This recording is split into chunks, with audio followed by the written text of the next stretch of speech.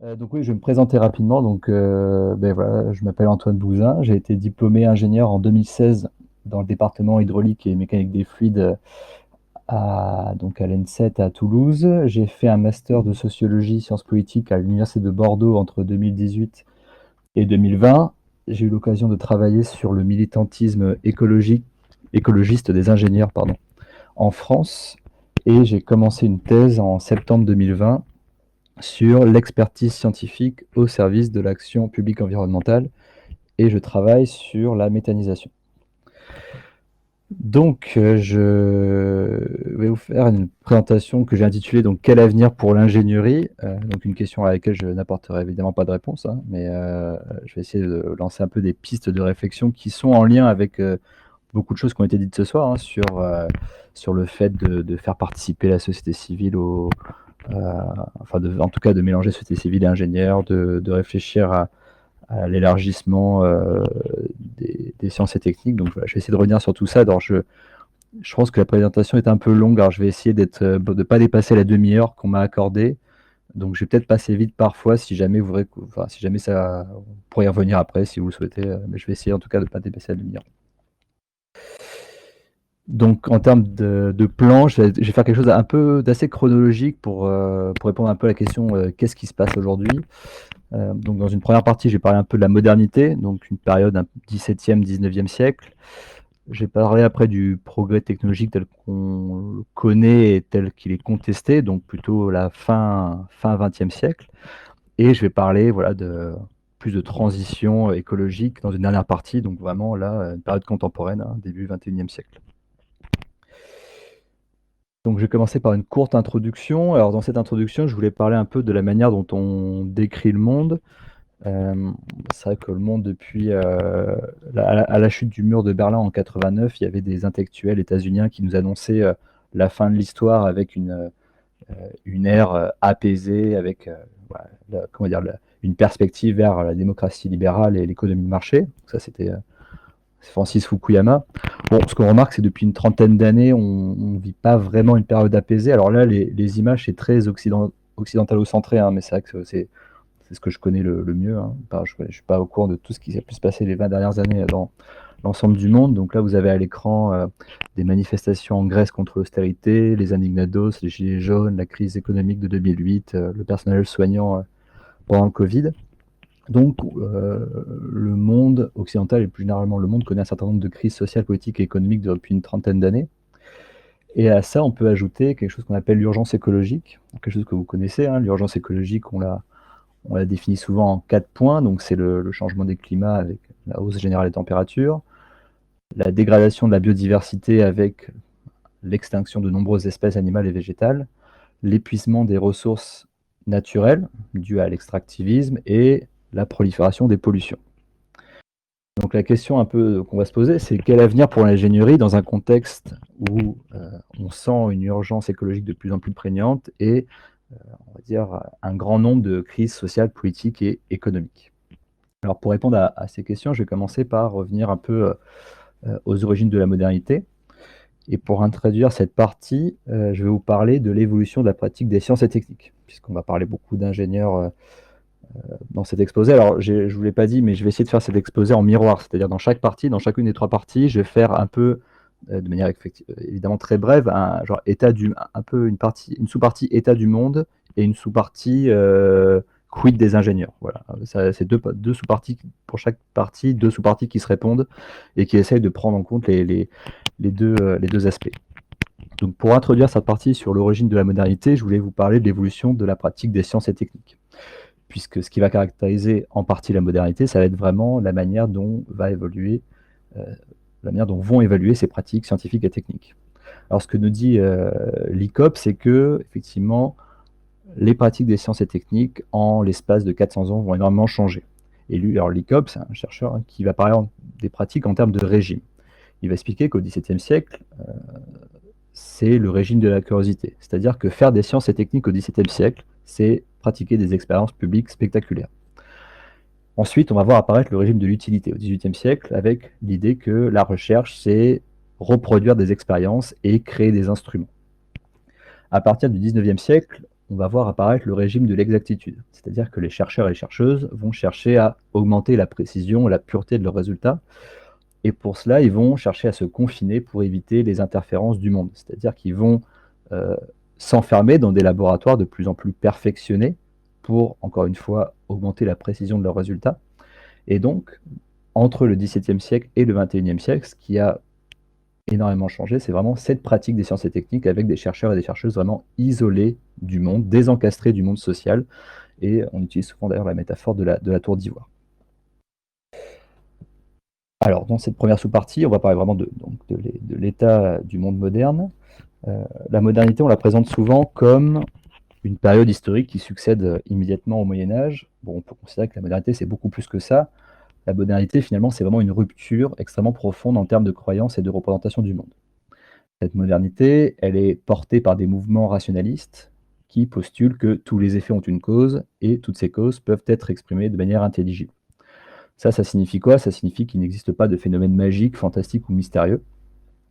Et ces mouvements rationalistes, ils vont fonder leur raisonnement sur les découvertes scientifiques et techniques. Alors cette démarche moderne, elle est explicitée, elle peut être explicitée par deux penseurs majeurs, hein, Francis Bacon et René Descartes, que je vous présente là. Donc l'objectif, il est assez clair, hein. Francis Bacon, il nous dit que l'objectif, c'est quand même d'étendre l'empire et la puissance du genre humain sur l'immensité des choses, en 1620, et René Descartes, il renchérit 17 ans plus tard en expliquant que les êtres humains doivent se rendre comme maîtres et possesseurs de la nature. Donc la démarche, elle est clairement affirmée. Un autre aspect qui caractérise la modernité, ça va être vraiment le grand partage entre la nature et la culture. Alors, pour revenir un peu aux sources, on peut parler de la dispute intellectuelle qui se place entre Thomas Hobbes et Robert Boyle, deux intellectuels anglais. Donc on a une période de guerre civile en Angleterre qui fait rage, et ces deux penseurs anglais, ils vont avoir des divergences sur des questions de théorie politique et des questions de raisonnement scientifique. Alors, il faut savoir qu'à cette époque-là, Robert Boyle il travaille sur la pompe à air, donc cette pompe qui permet d'extraire l'air d'un contenant, et la question qui anime ces deux intellectuels, mais d'autres personnes en Angleterre, c'est qu'est-ce qui reste quand on enlève l'air? Donc, est-ce que le vide existe? Est-ce que la théologie permet l'existence du vide? Bon, ce qu'on va en retirer, enfin, ce qui va rester dans ce qui va fonder finalement la modernité, ce qui va résulter de cette dispute, c'est une dissociation fondamentale et totale entre, d'un côté, la nature, les choses en soi, et de l'autre, la société, les hommes entre eux. C'est ce qu'on appelle le travail de purification. C'est-à-dire que tous les éléments dont on va se saisir, ils appartiennent à l'un ou l'autre. En tout cas, tout ce qui existe dans le monde, appartient soit au pôle Hobbes, au pôle homme entre eux, soit au pôle Boyle, au pôle chose en soi. D'accord? Donc, on va avoir la représentation des mondes humains qui va agir par la science. Ça va être le travail de la science, ça va être vraiment d'expliquer tout ce qui n'est pas humain, tout ce qui est en dehors de l'être humain. Et les humains, eux, ils vont être représentés par la poétique. N'hésitez vraiment pas à me couper si jamais je suis pas clair, parce que là je vois pas le chat, donc n'hésitez pas à m'interrompre. Donc la dernière plonge concernant la modernité, si on peut séparer la nature et la société, alors c'est quelque chose qui semble assez évident aujourd'hui, mais à l'époque ça l'est pas du tout. Donc aujourd'hui on a été vraiment formaté avec cette idée-là, que la nature et la culture, les sciences et la société, c'est des choses vraiment de séparées, mais c'est quelque chose qui a été construit. Donc si on peut séparer la nature de la société, on va voir émerger de nouvelles croyances qui vont elles aussi vraiment, ça va compléter la définition de la modernité que je vous dresse, de nouvelles croyances sur la société en général. Donc là je vous en cite quelques-unes. Donc il va y avoir la croyance dans la discontinuité évolutive entre l'espèce humaine, qui est selon Emmanuel Kant créatrice de symboles, et l'ensemble des autres créatures qui peuplent la Terre. Si on peut séparer la société de la nature, alors on peut considérer que le monde social est autonome et qu'il est capable de s'organiser et de se gouverner lui-même. C'est-à-dire que le monde social s'autonomise de tous les déterminismes naturels et surnaturels. C'est-à-dire que ce n'est plus la nature, ce n'est plus Dieu qui décide, ce n'est plus la magie, c'est vraiment l'être humain. L'être humain remplace la nature et remplace Dieu, la magie, dans son organisation et dans sa gouvernance. Dans cet aspect-là, l'homme, avec un grand H, l'être humain, obtient un rôle central et décisif dans la marche de l'histoire et du monde. Donc là, je vous ai voilà, dressé à très grands traits ce que c'était les débuts de la modernité. On va maintenant parler de la place des ingénieurs dans ces origines de la modernité. Donc là, je vous parlais plutôt de penseurs du XVIIe siècle. Là où le moment où l'ingénieur va vraiment, où les ingénieurs vont vraiment prendre une place décisive, c'est au moment, vous en doutez, des révolutions industrielles. Ces révolutions industrielles, c'est vraiment le moment d'une croissance concrètement massive des découvertes scientifiques et techniques, c'est-à-dire d'une reconfiguration profonde et durable des sociétés occidentales. On va voir notamment le développement des machines à vapeur grâce au brevet déposé par James Watt en 1784. Et ces machines à vapeur, elles vont permettre d'une part l'industrialisation de la production manufacturière, en particulier textile, et d'autre part l'industrialisation de la production métallurgique. À ce moment-là, c'est vraiment l'acier. Donc, ces révolutions industrielles, elles vont transformer le quotidien des individus, puisqu'on va retrouver des machines aussi bien dans les sphères professionnelles que dans les sphères domestiques. Donc, on va avoir une véritable mythologisation autour de l'inventeur. Donc, enfin, le terme c'est inventeur au début du 19e siècle, ça va très rapidement être remplacé par ingénieur, vous en doutez. On va même prêter une signification nouvelle au terme de progrès. C'est-à-dire que le progrès, c'est pas seulement la marche en avant, ça veut vraiment être la réalisation du paradis sur Terre. Donc, on va voir émerger une théologie de la modernité industrielle qui va se fonder sur les nouvelles innovations technologiques, comme par exemple l'invention de la locomotive et du rail. Et ces innovations technologiques, elles vont être réellement perçues comme des dons de Dieu. Donc, l'inventeur héroïque, qui va devenir l'ingénieur, est là pour faire triompher la raison et faire finalement advenir la volonté de Dieu. Donc c'est au XIXe siècle que va vraiment s'imposer la pensée scientiste, vraiment cette représentation d'une science, donc une science toujours séparée de la société, et une science qui est transcendante, c'est-à-dire qui appartient à un ordre supérieur, et une science objective et universelle. Les ingénieurs, donc, ils vont se répandre dans tous les postes décisionnaires techniques. Donc, il faut savoir que les ingénieurs du XVIe siècle au milieu du XIXe siècle, ce sont d'abord des fonctionnaires qui sont sélectionnés, formés et employés par l'administration dans un corps militaire. Leurs compétences vont s'élargir peu à peu face aux nouveaux besoins, notamment liés au progrès scientifique et technique des révolutions industrielles. Et ils vont se retrouver notamment dans les administrations pour répondre aux besoins militaires et économiques du pays. À partir du milieu du XIXe siècle, les ingénieurs vont se déplacer vers le secteur industriel. On va avoir de nouvelles écoles qui vont émerger, notamment l'école centrale et le conservatoire des arts et métiers. Et là, on va vraiment demander aux ingénieurs d'appliquer leur savoir théorique aux problèmes technologiques rencontrés par les industriels. Et c'est à ce moment-là donc, que les ingénieurs quittent le domaine, enfin, ils ne sont plus seulement présents dans le domaine administratif, c'est-à-dire dans les corps de l'État, dans les grands corps de l'État. C'est vraiment, enfin, les grands corps de l'État, il en reste encore quelques-uns, le corps des mines, le corps des ponts et des chaussées, et le corps génie rural, je crois, peu importe. Donc, ces ingénieurs, ils se retrouvent à tous les postes, ils se retrouvent à des grands postes décisionnaires, que ce soit dans l'administratif, que ce soit dans le secteur industriel. Donc voilà pour cette première partie sur les origines de la modernité. On va passer à une deuxième partie sur le progrès technologique. Donc là, on avance un peu dans le temps, on va arriver deuxième partie du XXe siècle. Donc, les transformations majeures dans l'énergie et l'agriculture. Très concrètement, les innovations de la révolution industrielle, ça va causer tout un tas de chambardements, vous en connaissez un certain nombre. Alors, deux conséquences majeures dans deux secteurs vraiment décisifs, c'est notamment l'énergie, avec la combustion massive de charbon, de pétrole et de gaz, qui sont des énergies fossiles. Ces combustions, elles servent à la production d'électricité et au développement notamment de nouveaux modes de transport. Je pense notamment aux bateaux à vapeur et à la locomotive. Bon, les conséquences immédiates de la combustion de ces énergies fossiles, c'est une augmentation exponentielle des émissions de gaz à effet de serre dans l'atmosphère. On a également des grosses transformations dans l'agriculture, puisqu'on observe une mécanisation des pratiques agricoles et le début de l'individualisme agraire. Alors, qu'est-ce que c'est que l'individualisme agraire? C'est notamment le mouvement des enclosures. Avant, les champs sont des biens communs qui sont cultivés par des paysans et qui appartiennent aux seigneurs.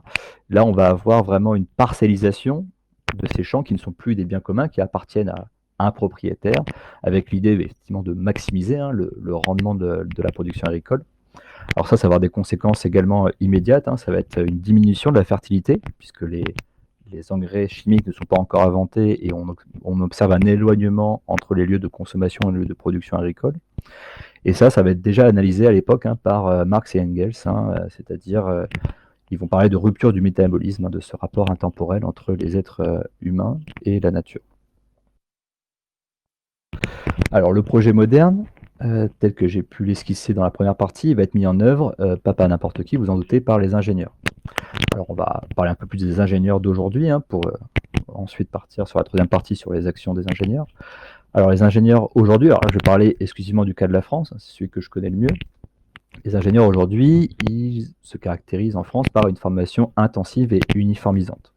Effectivement, ils passent la plupart par des classes préparatoires aux grandes écoles, des CPGE et des écoles d'ingénieurs qui constituent chacune de ces deux institutions ce qu'on pourrait appeler des institutions enveloppantes. C'est-à-dire qu'en CPGE, il y a une forme de confinement dû à la charge de travail colossale. Il s'agit de mettre au travail les élèves ingénieurs. Et en école d'ingénieurs, il y a une forme d'isolement, mais plus pour le travail, mais surtout pour la vie associative qui est extrêmement dense. Donc la conséquence de ça, c'est que durant ces au moins 5 années d'études, les élèves ingénieurs sont vraiment isolés du reste du monde social. Cette formation intense et uniformisante, elle va élaborer chez ces élèves des cadres communs de perception et d'interprétation du monde, c'est-à-dire des cadres cognitifs qui leur permettent à la fois de décrire le monde, c'est-à-dire de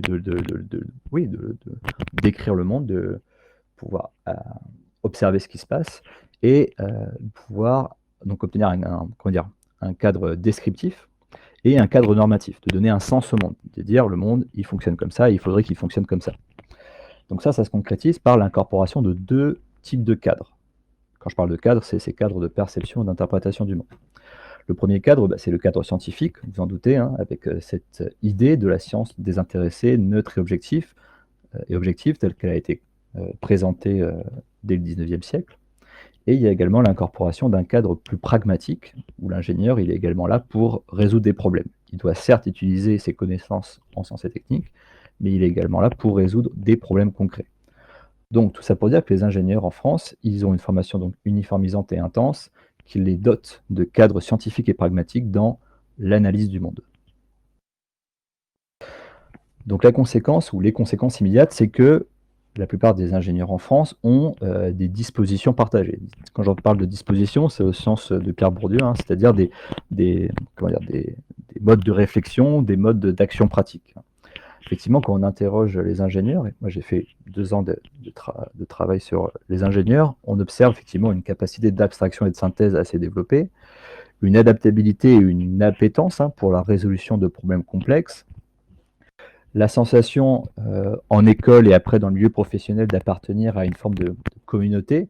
Alors je dis invisible puisque en fait normalement, on attribue généralement on range les ingénieurs dans la catégorie des cadres, mais effectivement quand on parle avec des ingénieurs, ils ne se sentent souvent pas appartenir à la communauté des cadres, ils se sentent plutôt tout simplement ingénieurs. Et pour se reconnaître entre ingénieurs, on utilise un vocabulaire particulier, le vocabulaire des sciences et techniques, le vocabulaire des mathématiques. Ce qui va caractériser aussi les ingénieurs, c'est un certain embarras concernant les sujets sociaux et politiques, qui sont souvent conçus comme chargés d'affect, irrationnels, voire violents, donc finalement assez peu intéressants. Ces ingénieurs, ils constituent finalement les outils de l'anthropocentrisme tel qu'il est mis en œuvre par les États occidentaux et les grandes industries. Effectivement, ce qu'on demande aux ingénieurs, c'est finalement de maîtriser, de contrôler l'environnement au service, donc, ce que je disais, donc, des États et des grandes industries. Et effectivement, quand on regarde les catégories d'activité et la typologie de fonctions des ingénieurs, on les retrouve à des tâches assez polyvalentes. C'est qu'effectivement, ils coordonnent souvent les activités scientifiques et techniques, mais on les retrouve aussi dans les opérations, dans les fonctions de commandement. Alors aujourd'hui, on dirait plus management. On peut les retrouver dans les emplois administratifs, c'est-à-dire qu'effectivement, les ingénieurs jouissent d'un statut social élevé, avec des positions dans les entreprises ou dans l'État assez élevées. Donc, les ingénieurs c'est ce qui permet de se convaincre que les ingénieurs ont vraiment une activité qui correspond à celle de propagation de l'anthropocentrisme, c'est-à-dire de cette volonté de maîtriser l'environnement tel qu'en parle Francis Bacon et René Descartes. Cependant, cette maîtrise toujours accrue de l'environnement, elle va avoir des conséquences, c'est ça dont on va parler maintenant. La diffusion de la modernité va s'accompagner effectivement d'un mouvement d'artificialisation du monde par la technique. Alors la technique, je n'ai pas encore défini ce que c'était, on peut tout un tas de définitions, moi je vous en propose une.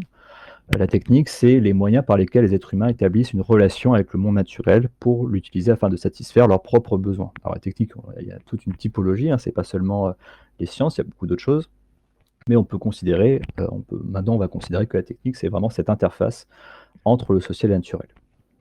Donc ce qui va caractériser vraiment la période de la modernité, ça va être un progrès technique ahurissant grâce à la succession des révolutions industrielles dont je vous ai présenté tout à l'heure, et la multiplication des artefacts, c'est-à-dire des produits humains dans la nature, mais qui ne sont pas naturellement présents dans la nature.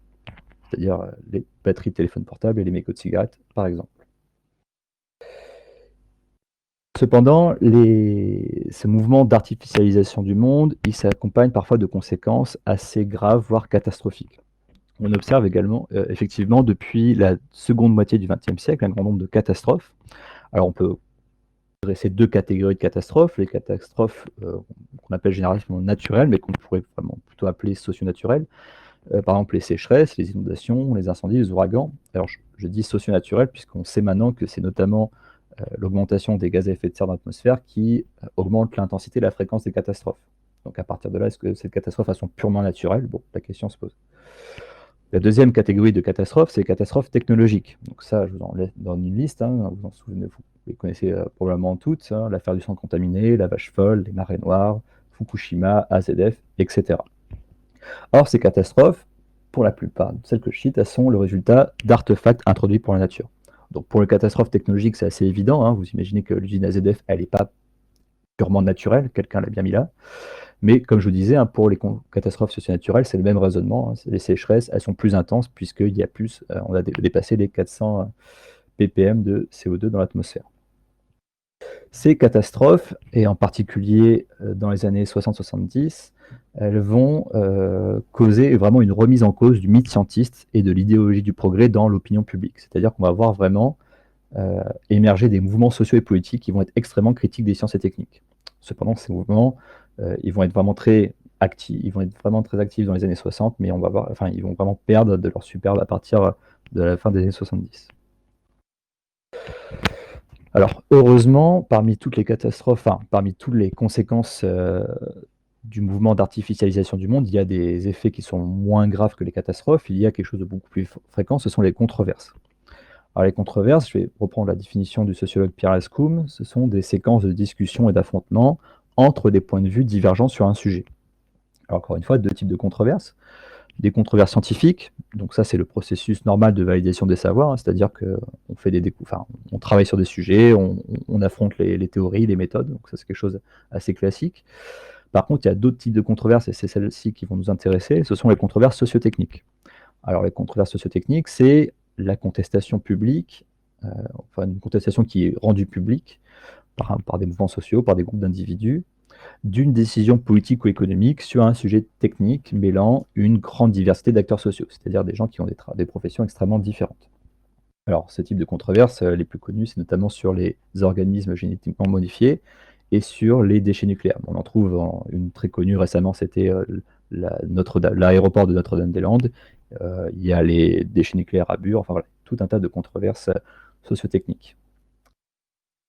Les conséquences de cette multiplication des controverses, c'est une méfiance grandissante, alors qui ne se répartit pas de manière homogène dans la société, hein, mais une méfiance grandissante à l'égard des progrès technologiques, puisqu'on observe effectivement des effets qu'on peut considérer comme néfastes, qui sont considérés comme néfastes, et l'augmentation des incertitudes scientifiques sur les conséquences de l'artificialisation du monde. C'est-à-dire qu'on a tellement augmenté le capital de connaissances scientifiques et techniques, on a tellement augmenté le capital des applications technologiques qu'effectivement, on arrive à un moment où on ne maîtrise plus, on ne sait pas qu'est-ce qui va arriver, on est dans l'incertitude. C'est-à-dire que l'incertitude, ça se différencie du risque, hein. Le risque, on peut l'évaluer. L'incertitude, la seule chose qu'on sait, c'est qu'on ne sait pas. Donc je vais terminer cet exposé en vous parlant donc du mouvement d'écologisation qui anime le monde depuis quelques années, enfin qui était très actif dans les années 60, mais qui revient, et sur les actions des ingénieurs. Alors pour introduire cette troisième partie, parce que le titre de la présentation c'était Quel avenir pour l'ingénierie? Effectivement, l'ingénierie dans ce contexte, il apparaît comme un métier moderne assez désencastré du monde social. Alors on retrouve dans les littératures ou dans les controverses, principalement un grand nombre de critiques face aux pratiques des ingénieurs. Alors là, je vous en livre une liste non exhaustive, hein. On parle effectivement de leur responsabilité dans l'avènement de l'urgence écologique, puisque c'est effectivement le développement, c'est vraiment les émissions de gaz à effet de serre. Les émissions de gaz à effet de serre ont un grand rôle dans l'avènement de l'urgence écologique. On leur reproche la destruction des liens sociaux et l'artificialisation du monde, notamment via la numérisation. On reproche également aux ingénieurs de vouloir imposer la rationalité et la commensurabilité comme règle suprême, où il faut rendre tout rationnel, tout optimiser, tout mesurer pour tout calculer. Et enfin, il y a souvent effectivement une dénonciation de l'autoritarisme de la technocratie, c'est-à-dire que voilà, si les ingénieurs mesurent tout, ça serait à eux de décider, de tout mesurer pour pouvoir gouverner.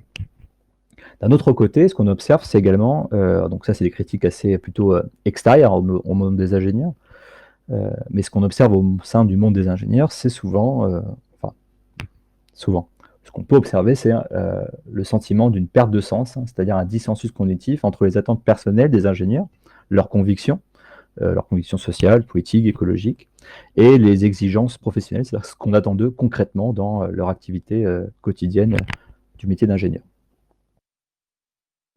Alors là, je vais vous présenter dans cette partie des pistes. On va essayer d'évoquer qu'est-ce qui pourrait effectivement changer. Et là, ça va raccorder à des choses qui ont été dites durant la réunion depuis 18 heures. Ça serait de revenir, donc première chose, serait de revenir sur le travail de purification que j'ai évoqué dans la première partie, et vraiment de penser les productions des ingénieurs, la production de ce que Bruno Latour appelle des quasi-objets. Alors, je vais m'expliquer, c'est-à-dire que effectivement, l'avènement des controverses, ça apparaît quand même en contradiction avec la vision moderne du monde héritée de Boyle et Hobbes. Donc, je répète, le résultat, ce qui était ressorti de cette dispute entre les deux intellectuels anglais, c'était qu'il y avait un pôle société. Ce pôle société, il est composé d'une multitude de citoyens et de citoyennes qui sont des sujets de droit et qui ont des porte-paroles politiques, qui ont des élus, qui ont des souverains, même qu'on les appelle Premier ministre, Président de la République. Et il y a un pôle nature qui est composé d'une multitude d'objets de science dotés de porte-paroles, et ces porte-paroles, ce sont les scientifiques. C'est-à-dire que c'est les scientifiques qui sont censés faire parler, qui sont les ventriloques de la nature, d'une certaine manière. Cependant, le fait qu'il y ait des controverses, on voit bien que cette division, ce grand partage, il ne fonctionne plus, puisque la société, elle est atteinte par une atteinte sur la nature. C'est-à-dire qu'on voit qu'il y a un réseau, qu'il y a quelque chose qui lie les deux, et on ne peut pas simplement les purifier. Il y a quelque chose entre les deux. C'est pour ça que ce titre s'appelle Penser le travail de médiation. Ce qu'il est nécessaire, l'une des pistes de réflexion, ça serait vraiment de penser la production massive des artefacts hybrides des ingénieurs, c'est-à-dire ces quasi-objets qui sont à la fois naturels, sociaux et discursifs, et qui recomposent les natures-cultures. C'est-à-dire qu'à chaque fois qu'on produit un artefact, à chaque fois qu'on produit, on a une production technologique, cette production technologique, elle va reconfigurer tout ou partiellement la société. C'est-à-dire qu'à partir du moment où vous construisez des engins de guerre, votre relation avec les autres pays, avec les autres nations, avec les autres peuples, il change radicalement. C'est-à-dire que vous êtes une nouvelle société. Et on ne peut pas simplement purifier en disant ça c'est naturel, ça c'est social. Non, il faut vraiment se dire que à chaque fois qu'on produit quelque chose technologique à une intensité plus ou moins forte, il y a des choses, des éléments avec une forte concentration de technologie, d'autres avec moins, mais à chaque fois ça va reconfigurer effectivement les collectifs, donc les visions de la nature et de la culture. La deuxième piste, ça serait, et ça c'est des choses qui ont été dites tout à l'heure, c'est vraiment de mêler la société civile, ou ce que j'appellerais prendre au sérieux vraiment le collectif. Donc il s'agit pour les ingénieurs d'identifier les effets de cadrage, les effets de ces cadres qui ont été incorporés durant la phase de formation. Alors, ce qu'on appelle effet de cadrage, c'est des choix qui sont pas explicités et qui ce sont les choix des éléments qui vont être inclus et exclus dans l'expertise. Donc c'est vraiment dans le cœur du travail des ingénieurs. C'est-à-dire qu'il y a vraiment cette idée, enfin voilà, on a des représentations du monde qui nous guident, qui sont inconscients. Il y a vraiment ce travail à faire, hein, d'identifier vraiment pourquoi j'ai choisi de prendre en compte tel élément et pas un autre, qu'est-ce que ça change concrètement, voilà. Il y a vraiment ces effets de cadrage à prendre en compte. Il y a également prendre en compte les réalités, les savoirs des profanes, c'est-à-dire des personnes non scientifiques, dans toutes les étapes de la construction de l'expertise technique, c'est-à-dire aussi bien dans la formulation des problèmes à résoudre que dans l'organisation de la recherche et dans la résolution du problème. Et ça revient à dire qu'il faut reconnaître effectivement la légitimité de l'ensemble des acteurs humains et non humains impliqués dans les controverses socio-techniques. Alors, acteurs non humains, c'est quelque chose qui peut sembler un peu bizarre ou un peu exotique, c'est-à-dire que quand vous êtes confronté à une controverse socio-technique, vous n'avez pas que des êtres humains, vous avez des lieux, vous avez des objets, vous pouvez avoir des animaux, vous pouvez avoir tout un tas d'entités qui sont non humaines mais qui ont un impact considérable sur le problème rencontré ou dans la controverse. Enfin, la dernière piste, enfin, la dernière piste, en tout cas l'une des conséquences de ce que je viens de dire, c'est qu'il est vraiment nécessaire de réencastrer les sciences en politique ou réencastrer les sciences et la politique. On l'a vu, donc les sciences et techniques ont un potentiel de transformation du monde extrêmement colossal, hein, et on peut l'observer depuis le début enfin, depuis la fin du XVIIIe siècle, hein, depuis le début des révolutions industrielles. Et ces controverses socio-techniques, finalement, elles posent des interrogations, notamment sur les conséquences sociales des technologies, on en a parlé, et sur la question des besoins technologiques que l'on a besoin de satisfaire. Et le meilleur moyen, enfin, l'un des moyens en tout cas de résoudre ou d'apporter des réponses à ces questions, c'est de réinsérer entièrement et complètement le choix des développements scientifiques et techniques, pardon, dans le débat démocratique. Donc voilà, ça c'était pour l'aspect état du monde. Maintenant, je vais parler des ingénieurs concrètement. Ça, c'est issu donc de mes recherches de mémoire. Alors, on observe tout un tas d'activités militantes des ingénieurs. Alors, ce qu'il faut savoir déjà, c'est que les ingénieurs n'ont pas une histoire extrêmement liée avec le militantisme. Hein. C'est-à-dire que le dernier grand mouvement militant, à ma connaissance, des ingénieurs, c'était dans les années 30 pour être revalorisés socialement et se distinguer des ouvriers. Voilà. Donc les ingénieurs n'ont pas une histoire, n'ont pas une tradition militante extrêmement développée. Donc c'est assez intéressant d'étudier le type d'action menée par les ingénieurs sur ces questions-là. Donc l'un des engagements militants, c'est, vous le savez mieux que personne, c'est la transformation des écoles et des formations. Donc ce qu'on observe dans les pratiques, c'est d'essayer de faire naître une discussion en interne, c'est-à-dire de sensibiliser et de convaincre ses pairs. Et vous apercevez que c'est évidemment loin d'être une chose aisée. Et les objectifs, donc, c'est d'intégrer aux formations une dimension écologique, hein, pour comprendre les impacts des sciences et techniques, et une dimension également sciences humaines et sociales dans les parcours. Je ne vais pas plus loin parce que c'est des choses que vous connaissez. Notre type d'action, c'est de faire changer, ou en tout cas de tenter de faire changer le système économique et les entreprises. Alors, on voit des ingénieurs qui essayent d'agir de l'intérieur, c'est-à-dire de s'atteler à faire émerger ou à développer une écologie industrielle, hein, qui cherche à finalement développer un modèle industriel intégré pour limiter les impacts environnementaux, qui cherche à calculer les flux de matière pour essayer de limiter les impacts.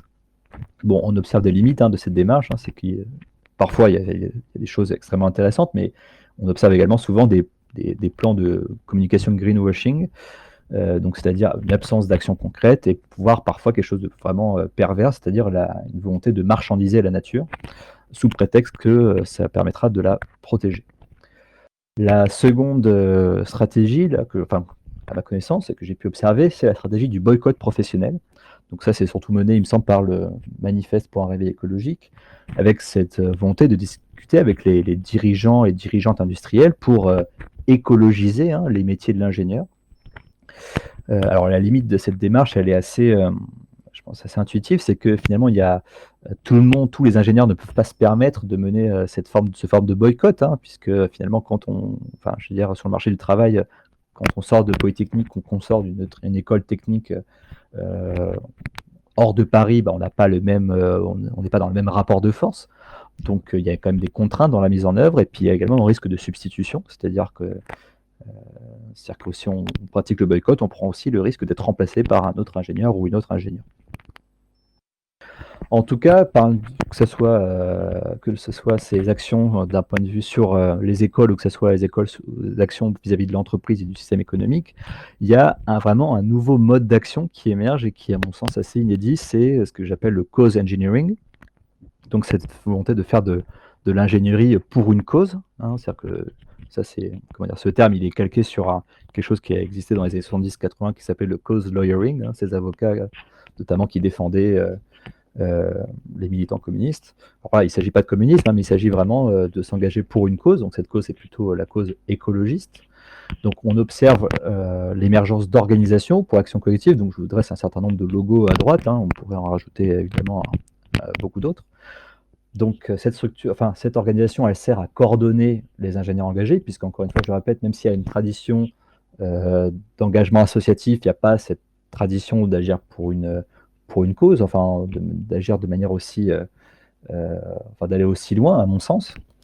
On observe une diversification et une montée en puissance des actions, hein, et ça je peux l'affirmer facilement puisque j'ai vu l'émergence d'ingénieurs engagés et de tout un tas d'autres organisations, et on voit que les actions quand même ont pris comment dire, une autre ampleur, hein, et on voit également une tendance vers des prises de position beaucoup plus politiques, hein. C'est vraiment quelque chose assez intéressant.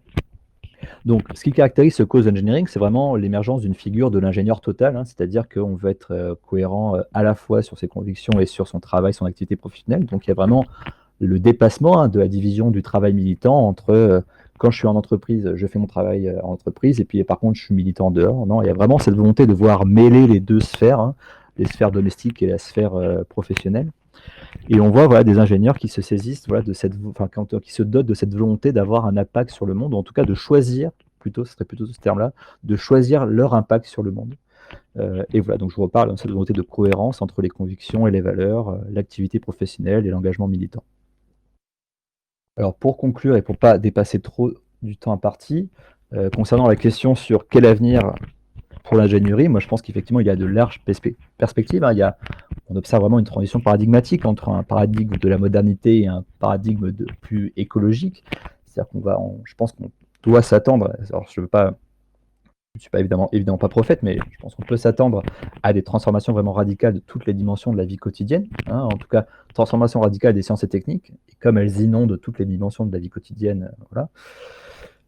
Puisque l'urgence écologique est un fait social total, hein, il concerne vraiment toutes les dimensions, il concerne vraiment le quotidien, hein, ça ne va pas simplement toucher la sphère domestique ou professionnelle, ça va vraiment toucher l'ensemble.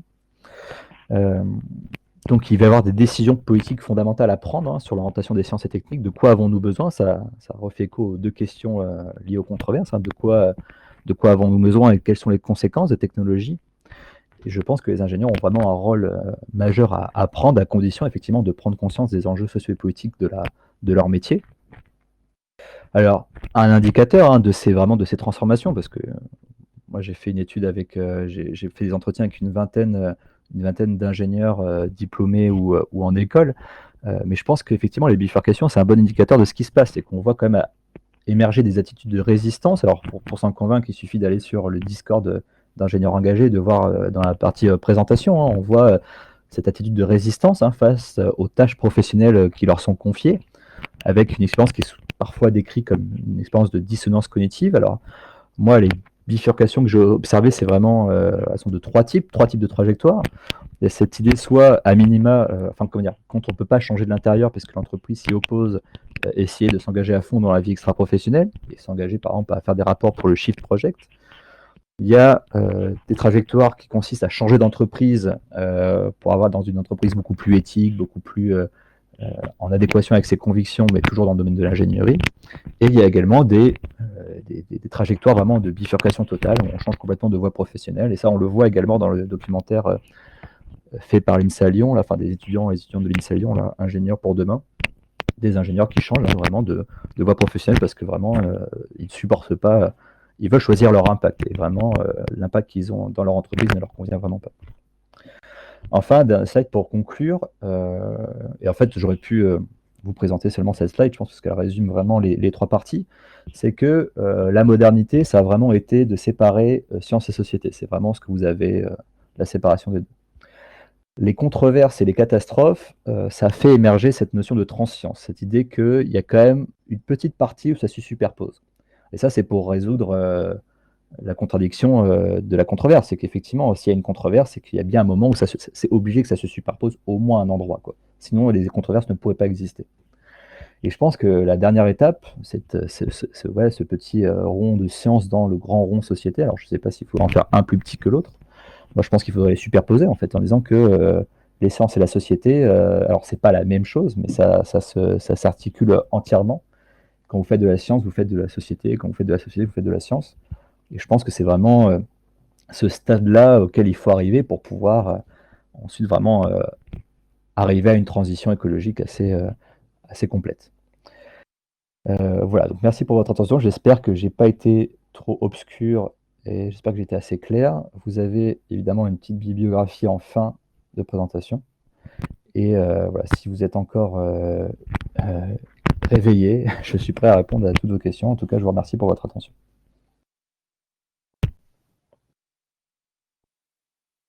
Eh ben, merci beaucoup. Alors, enfin, en tout cas, pour ma part, je suis complètement réveillé, pas de souci. Non, c'était vraiment très intéressant. Merci, merci en tout cas pour cette présentation. Euh, Juste avant peut-être on va laisser les personnes poser des questions. J'ai vu Sacha, je crois, qui écrivait quelque chose. Voilà, bah, j'avais la même question. Est-ce qu'on pourra te récupérer les slides, Antoine, pour les partager? Est-ce que c'est Ah ouais, possible? ouais, complètement. Alors je vais corriger les quelques coquilles que j'ai aperçues. Je suis désolé, en fait, ça a été, comment dire, j'ai eu assez peu de temps. C'est pas de la faute d'Arnaud, que je remercie encore pour l'invitation, hein. C'est que là, j'ai même comment dire, j'ai dû déménager en fait en période de confinement, donc là, le PowerPoint a été fait assez tardivement, donc je vous prie de m'excuser pour les coquilles, mais bien sûr que je pourrais vous l'envoyer sans aucun problème. Super, merci. Et bah, petite question moi de ma part, c'était, alors je sais pareil, je sais pas trop si tu vas avoir des infos là-dessus, mais c'était sur la fin du coup sur la fin de présentation quand tu présentais du coup les trajectoires, les différentes trajectoires que pouvaient prendre les ingénieurs quand ils étaient en opposition, enfin, quand ils étaient en opposition. Euh, donc créer l'entreprise et s'engager dans la vie extra pro, changer de carrière, changer d'entreprise. Est-ce que tu sais s'il y a un peu des données là-dessus ou pas? Je me pose la question. Alors moi je pense pas. Alors je sais que il y a des. Je pense qu'Ingénieur Engagé avait lancé des questionnaires à ces sujets-là, enfin sur ces sujets-là, et peut-être d'autres associations ont lancé des choses. Je pense qu'il n'y a pas de, il n'y a pas d'études dessus. Enfin, je pense pas. À ma connaissance, en tout cas, il n'y en a pas. Moi, j'aimerais bien, pour ma part, ça c'est un travail de mémoire que j'ai rendu en juin dernier. J'aimerais bien le poursuivre et pouvoir effectivement avoir une partie quantitative avec des chiffres. Mais pour l'instant, à mon sens, rien. Mais ça peut être effectivement. Enfin, tout à l'heure, tu as cité l'Observatoire des formations citoyennes. Je pense que ça peut être effectivement l'occasion. Enfin, ça peut être une structure qui peut être totalement à l'initiative de ce genre d'études, parce à mon sens, non, aucun. Enfin, je pense pas, je vois pas les écoles d'ingénieurs lancer ce genre de recherche quantitative.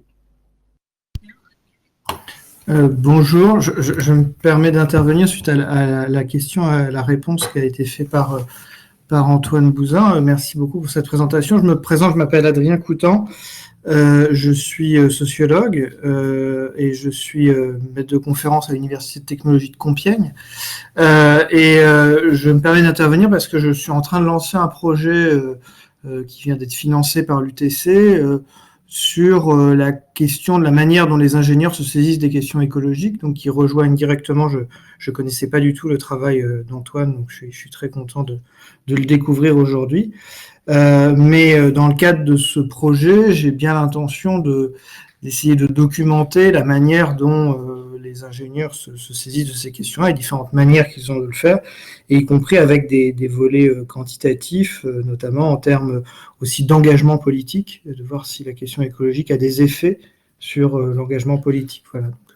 J'apporte cet élément sur des perspectives que je suis en train de monter de mon côté. Je serais ravi d'en discuter d'ailleurs avec Antoine prochainement.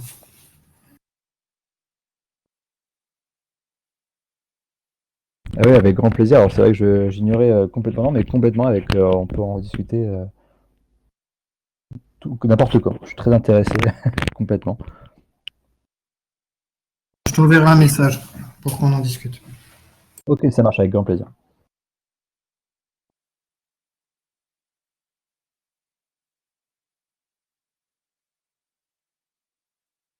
Alors pour continuer sur les questions, j'ai la question de Nicolas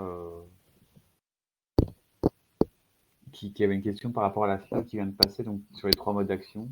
Est-ce qu'il n'y a pas aussi une modalité qui serait plus proche de s'engager en interne et essayer de faire bouger les choses dans son entreprise? Ouais, alors c'est vrai que j'ai été assez. Je suis désolé, en fait, j'ai fait un peu aussi un patchwork avec mes différentes présentations et j'ai essayé de synthétiser pour tenir le temps. Alors pour les 3 trajectoires, en fait, il y avait la première, c'était. Alors disons que là, cette trajectoire, pour moi, elle est entre deux que j'ai déjà l'impression d'avoir identifié. Alors, mais on peut en discuter, hein. C'est que moi, dans les gens les ingénieurs écologistes que j'ai pu rencontrer, il y avait celles et ceux qui arrivaient à faire bouger les choses dans l'entreprise. Donc leur entreprise, je les mets un peu dans la catégorie écologie industrielle. Alors il faudrait affiner cette catégorie hein, qui semble qu'elle est un peu barbare comme ça, mais il y a des gens qui effectivement, je pense à un ingénieur qui travaillait à Bayonne, non, à Biarritz, dans une boîte d'éco-construction. Enfin, il était complètement en phase avec le business model de l'entreprise, qui avait l'air effectivement assez éthique, ou en tout cas, voilà, qui était réfléchi et qui était réfléchi sur ces questions-là. Mais il y a aussi des gens donc, qui essayent et qui n'y arrivent pas. Et ces gens-là, parmi ceux qui n'y arrivent pas, enfin, j'aurais peut-être dû le présenter comme ça, c'est parmi ceux qui n'arrivent pas à faire bouger les choses dans leur entreprise, il y a ceux qui prennent leur parti en disant bon, ben, je vais faire ça de l'extérieur. Et il y a ceux qui disent non, mais là c'est trop pour moi, je pars. Alors je dis pas que c'est immédiat, hein, c'est-à-dire qu'on peut avoir des gens qui d'abord font des choses à l'extérieur et qui finissent par partir parce que c'est trop. Voilà, donc peut y avoir ça aussi.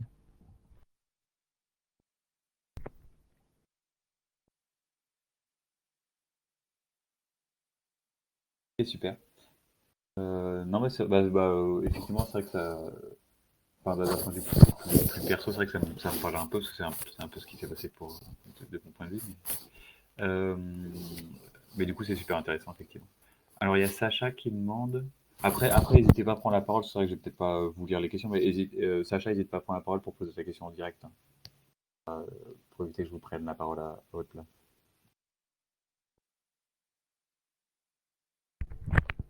Alors ouais, moi j'ai vu la question de Sacha sur Artefact et Brit. Alors bon, il faut que je précise parce qu'en fait là j'utilise des mots. C'est vrai que j'utilise Artefact. Alors c'est pas, bon, ça dépend les auteurs en fait. Ça se recouvre pas, ça se recouvre évidemment pas entièrement, mais alors il me semble qu'Artefact c'est surtout utilisé par Catherine Larère et Raphaël Larère. Enfin en tout cas c'est dans des textes qu'eux écrivaient sur artificialisation du monde, et hybride c'est surtout utilisé par Bruno Latour qui parle aussi de quasi-objet.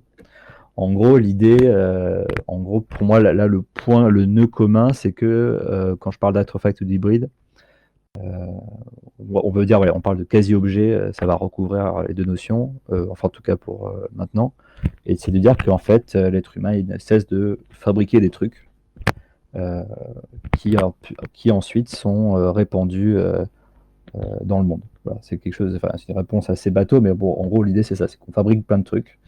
Et en gros, ce qui va caractériser, enfin, ce que dit en tout cas Bruno Latour, et c'est quelque chose à laquelle qui me semble absolument, enfin, pertinent, c'est que en fait, la modernité, ça peut se caractériser par une production absolument massive et absolument inédite dans l'histoire humaine de la fabrication de trucs, enfin, de quasi-objets, quoi, de choses qui sont à la base des éléments naturels, parce que je veux dire, quand on fabrique un téléphone portable, enfin, les ingénieurs qui travaillent sur ces sujets-là, ils peuvent nous dire tous les composants qu'il y a, comment ils se fabriquent. Enfin, donc ça vient pas de nulle part. Mais vous retrouvez rarement des téléphones portables dans la nature. Donc c'est vraiment cette idée d'hybride, c'est vraiment ces trucs qui sont, c'est quasi ces objets qui sont ni humains ni naturels, quoi. Alors voilà. Donc j'espère que j'ai répondu à ta question, Sacha. Et Florent, tu poses la question, est-ce que sortir d'une pensée scientiste, ça veut dire redonner du crédit à la pensée magique? Euh, Non, je pense pas. Alors, je pense qu'il y a l'idée, c'est pas, et encore une fois, je vais reciter Bruno Latour, mais l'idée, c'est pas de revenir Et pas, c'est pas de dire bon, la modernité, ça craint, le mieux c'est de revenir à ce qu'il y avait avant l'après-modernité. Je pense tout simplement que de toute façon c'est pas possible, mais l'idée c'est de dire bon, c'est ce que propose Bruno Latour à la fin de son ouvrage Nous n'avons jamais été modernes, c'est qu'en gros, qu'est-ce qu'on garde des modernes et qu'est-ce qu'on ne garde pas, et qu'est-ce qu'on garde des pré-modernes et qu'est-ce qu'on ne garde pas. L'idée c'est pas de dire que la magie est mieux que la science.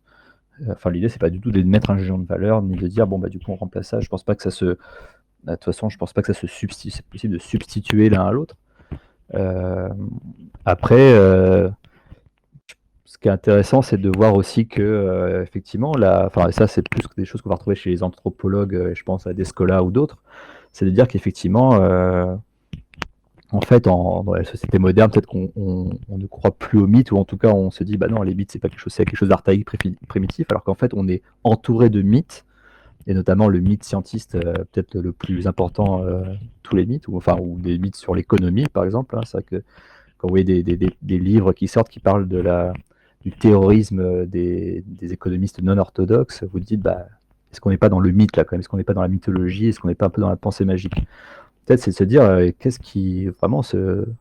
Enfin, c'est ce que propose peut-être Bruno Latour, c'est de sortir de cette forme de mépris moderne en disant mais non, nous on est parfaitement rationnel avec la science et technique. Se dire bah non, la science et technique nous sert à faire plein de choses parce qu'il faut réfléchir maintenant de qu'est-ce qu'on veut faire avec les sciences et techniques et aussi prendre conscience qu'en fait, comme toutes les sociétés, on est bourré de mythes, on est bourré de récits qui reposent sur peu de choses, qui pourtant ont des effets. Hein. Mais voilà, je ne sais pas si j'ai répondu à ta question, Florian. N'hésitez pas à m'interpeller, me couper la parole, hein, parce que je peux être, vous pouvez ne pas être d'accord, ou je peux être long et pénible, donc n'hésitez pas.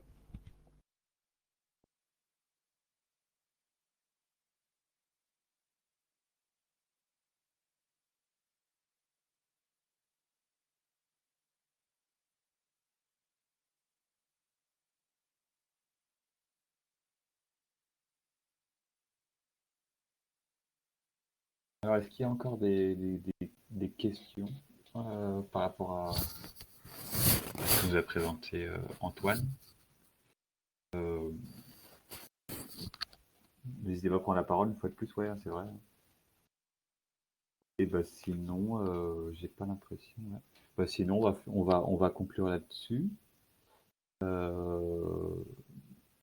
Puis comme ça, on va essayer de pas finir trop tard. Donc, bah, en tout cas, merci. Bah, déjà, merci Antoine pour la présentation. Ah, Sacha, je crois qu'il y a un truc. Mais non, mais merci encore pour ta présentation, Antoine, et merci d'avoir été là. Enfin, je trouvais ça vraiment intéressant, et au vu des questions, j'ai l'impression que ça a intéressé aussi d'autres gens. Donc tant mieux. C'est vrai que quand on a eu l'idée pour faire une petite partie réflexion sur ce qu'on a fait, hein. Mais c'est vrai que quand on a réfléchi à cette conférence-là, c'est vrai que ton nom est sorti assez vite de la part d'Arnaud, et je comprends pourquoi. Parce que j'avoue que moi je ne te connaissais pas, et je connaissais pas ton travail, mais c'est vraiment intéressant du coup. C'est tant mieux que tu aies pu venir et qu'on ait pu faire ça malgré le confinement, malgré tout ça. Donc super. Bah écoutez, je pense qu'on va s'arrêter là. Si vous avez des derniers mots à dire, Arnaud ou Emilien, ou même d'autres, hein, par rapport à ça, par rapport à la conférence. Sinon, voilà, pour rappel, le prochain temps de Formic, donc c'est les vidéos formicables. Donc c'est un cycle de vidéos sur 3 semaines qu'on va publier à partir de cette semaine, qu'on va commencer à partir de cette semaine. Ah, une question, pardon. Ah, une petite dernière question, alors. Allez, une petite dernière question, et puis après on se quitte, de Sacha. Si tu la vois ou pas, Antoine, ou tu veux que je l'aille? Ouais, je vois. Alors j'espère bien comprendre donc, sur l'utilisation de la science post-normale pour impliquer la société civile en groupe d'experts. En gros, c'est. Est-ce que j'ai bien compris la question? Et comment utiliser la science pour impliquer la société civile? Ça serait ça, Sacha, ta question?